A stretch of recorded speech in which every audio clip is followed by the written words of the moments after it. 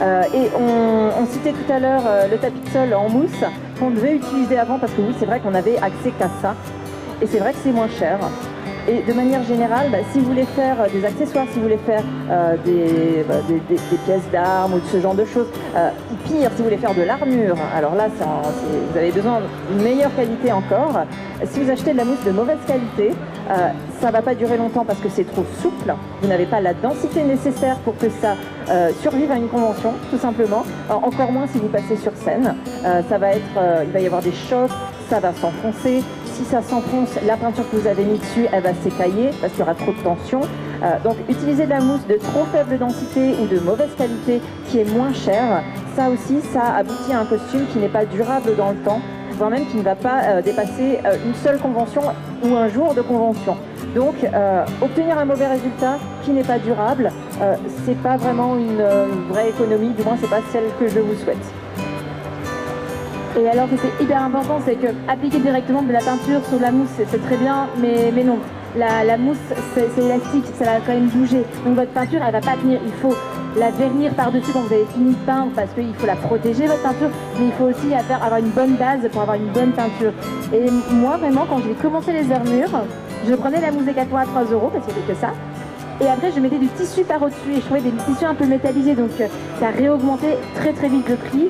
Et maintenant, moi, la mousse à 3 €, je l'utilise encore, mais pour faire un premier test de patron. Quand je fais une armure, je fais tous mes patrons, mais pas sur papier, parce qu'on n'a pas de volume sur papier, on n'a pas d'épaisseur. Je la fais sur de la mousse à 3 €, je teste, je peux comme ça ajuster sur les personnes pour qui je travaille.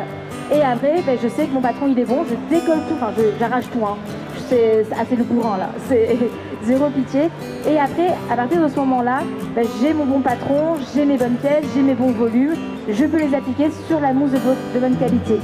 Et même, moi, c'est une astuce que j'ai tournée ici récemment en vidéo, que j'ai seulement postée, c'est la mousse. Les vasottes, ça reste quand même assez fragile.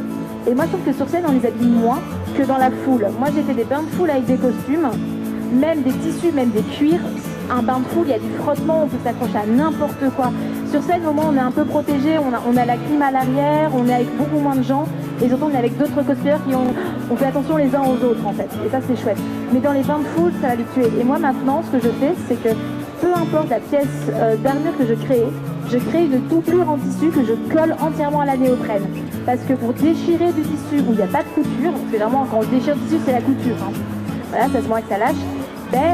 Allez-y, déchirez de la mousse avec une grosse pièce de tissu collé en dessous, c'est indestructible. Franchement, moi, depuis que je fais ça en tournage, les mecs, ils font des roulades avec les costumes. Le seul truc qui lâche, c'est la peinture, hein. Donc oui, c'est d'ailleurs ce sur quoi je voulais finir. On peut penser qu'appliquer la peinture directement, ça permet de se dispenser d'achat de sous-couches, de vernis, mais effectivement, si on applique ces choses-là avant, après, si on protège bien sa peinture, pareil, la peinture, elle va tenir beaucoup plus longtemps. Donc ça peut être une fausse économie que de vouloir s'en dispenser. Parce que pensez aussi au fait que vous allez réutiliser votre costume. C'est une manière aussi de rentabiliser le travail que vous allez... les dépenses que vous allez faire dessus, mais aussi le travail que vous allez mettre dedans. Donc, pour reprendre un petit peu nos petites astuces, effectivement, si vous voulez optimiser vos découpes, que ce soit pour le tissu, pour la mousse, le patronage, l'étape du patron et éventuellement du premier test, c'est vraiment, on va pas dire indispensable, mais ça vous permet d'éviter beaucoup d'erreurs. Et à moins que vous ayez vraiment du pif ou vous ayez, on va dire, l'expérience, mais encore une fois, là, l'idée c'est plutôt de vous conseiller en tant que jeune, voire premier cosplayer. Donc voilà, faites les patrons avant, dessinez-les soit sur du papier à patron, soit sur des feuilles A4. Que ce soit pour découper le tissu, parce que bon, ça c'est bien connu, dans la couture on fait du patron, mais aussi pour votre armure, pour vos accessoires, avant de découper votre mousse ou votre plastique thermoformable, pareil, il faut faire un patron. Donc vous le dessinez, et après, l'avantage aussi c'est que vous pouvez poser sur votre coupon, et vous pouvez voir quelle est la meilleure disposition. On disait tout à l'heure, on ne peut pas découper dans n'importe quel sens, mais rien ne vous empêche, en restant dans le même sens, de disposer les différentes pièces à découper de la meilleure des façons pour ne pas découper trop de longueur de tissu. Et Ce que vous pouvez faire également, alors moi je connais certains cosplayers qui utilisent même des logiciels de patronage, ce qui leur permet, ils entrent dans le logiciel en fait les dimensions du tissu, les dimensions des pièces, enfin ils les dessinent, et on peut directement voir quelle est la meilleure disposition comme ça, et comme ça il n'y a même pas besoin de découper et de passer par l'utilisation de ces matériaux. On peut faire ça directement à l'avance. Bon, il y en a qui préfèrent vraiment avoir les matériaux dans la main, chacun le fait. Et donc comme on disait tout à l'heure, une fois que vous avez bien découpé comme il le faut, prenez le temps de vérifier, une fois que vous avez dessiné comme il le faut, prenez le temps de vérifier avant de découper, comme vous prenez le temps de vérifier avant de coudre.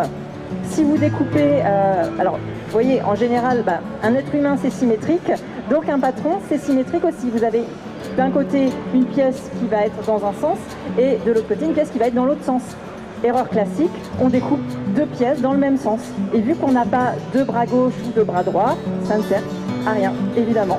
Donc ça paraît bête quand on en parle comme ça, mais quand on est dans le moment, c'est une erreur qui arrive assez souvent. Donc prenez le temps de bien vérifier plusieurs fois, même avant de découper, parce que une fois que c'est découpé, c'est trop tard. Deux manches. Il y a deux parties. Ne coupez pas une manche. Moi, je l'ai fait. Oui, ça se voit sur ton costume d'ailleurs, tu as découpé qu'une manche.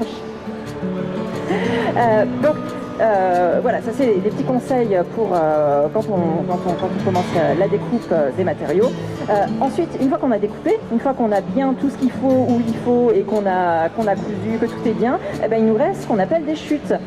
Toutes les parties du coupon de tissu qu'on n'a pas pu utiliser, parce qu'on ne pouvait pas découper et dessiner le patron n'importe comment, dans n'importe quel sens, comme on a dit, il nous reste des morceaux de tissu inutilisés. Il nous reste des morceaux de mousse. Tout ça, ce sont des choses que vous pouvez réutiliser. Alors, soit vous les utilisez, c'est des grands morceaux, vous pouvez les utiliser pour faire quelque chose de plus petit. Si vous avez besoin, par exemple, vous avez sur un autre costume ou sur une autre partie de votre costume, vous avez une pièce plus petite avec le même tissu, vous allez la réutiliser, ça paraît logique. Mais vous pouvez faire également la même chose pour la mousse, c'est-à-dire que si vous avez des morceaux de mousse d'une grosse pièce d'armure, des chutes qui vont être assez larges, vous pouvez les réutiliser pour faire des petits détails. Vous découpez des petites bandelettes et puis vous faites les petits détails, les petites bordures, les pièces un petit peu en relief. Vous pouvez les utiliser directement de manière visible.